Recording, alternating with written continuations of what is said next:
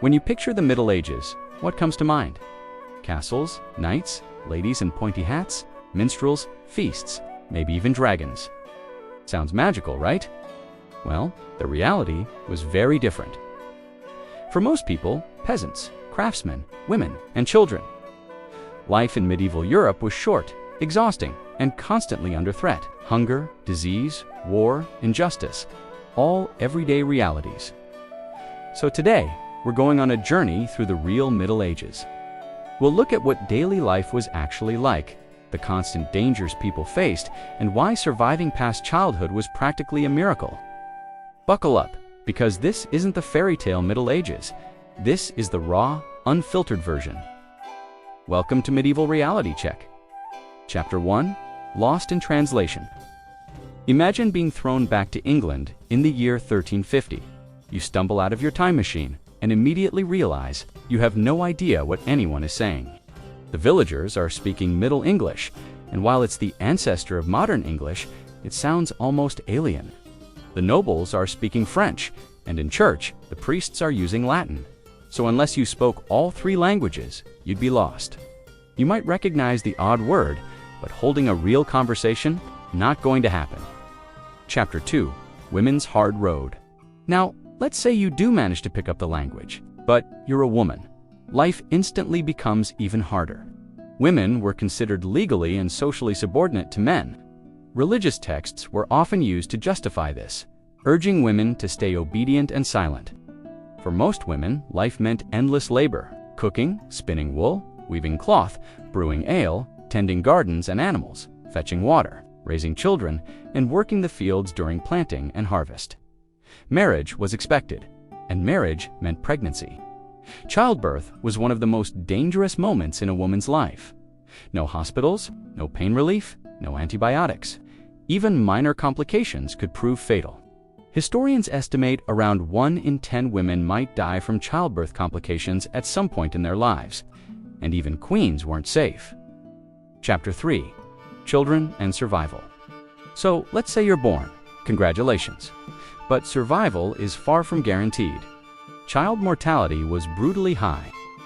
In some regions, as many as 30% of children died before the age of 5.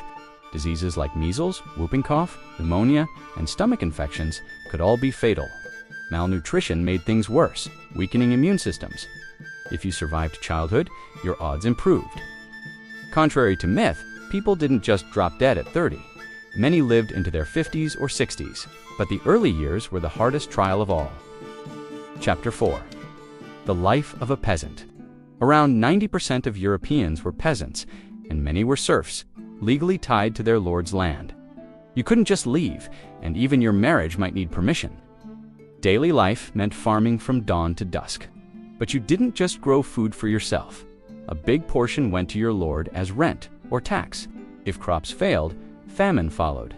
A peasant's diet was basic: coarse bread made of barley or rye, and pottage, a stew of grains and vegetables.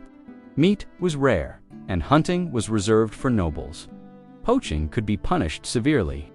Homes were small, smoky, and cramped, often just 1 or 2 rooms with dirt floors, no chimney, and sometimes shared with animals. Comfort wasn't part of medieval life. Survival was.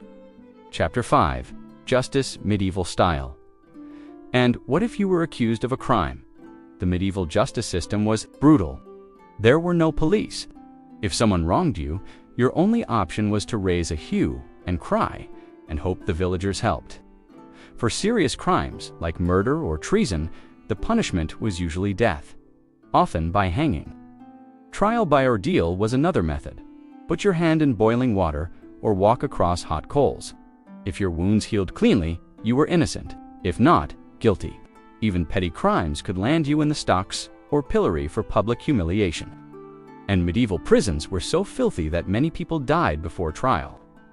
Chapter 6: War. War and more war. If famine or plague didn't kill you, war might. The Middle Ages were filled with conflict: local feuds, civil wars, the Crusades, and the 100 Years' War. If you were a peasant, you could be forced to fight for your lord.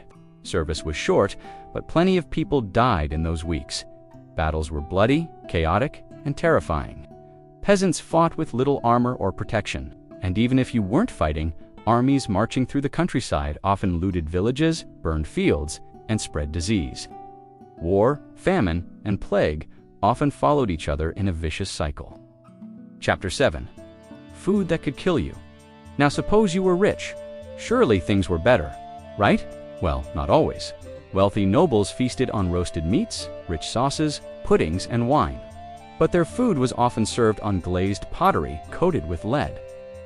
Acidic food dissolved the lead, which built up in the body over time. Even bread wasn't always safe. Rye could carry a fungus that caused ergot poisoning, leading to convulsions, hallucinations, and gangrene. Some outbreaks may even explain strange events, like the dancing plagues, where groups of people danced uncontrollably until they collapsed. So even fine dining could be deadly. Chapter 8. Disease everywhere. And then, of course, there was disease. Everyday illnesses like dysentery, smallpox, and typhus were common. But the most infamous was the Black Death.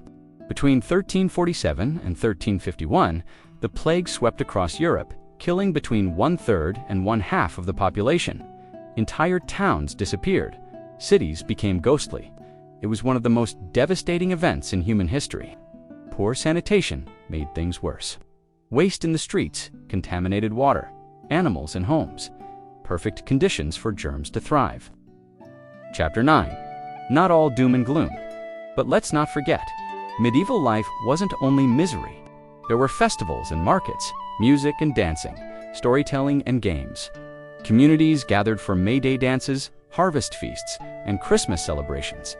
People laughed, loved, and found joy even in hardship. And the Middle Ages also produced universities, cathedrals, and preserved knowledge that would fuel the Renaissance. Life was fragile, but people still found meaning and beauty. So, was medieval life really like the fairy tales?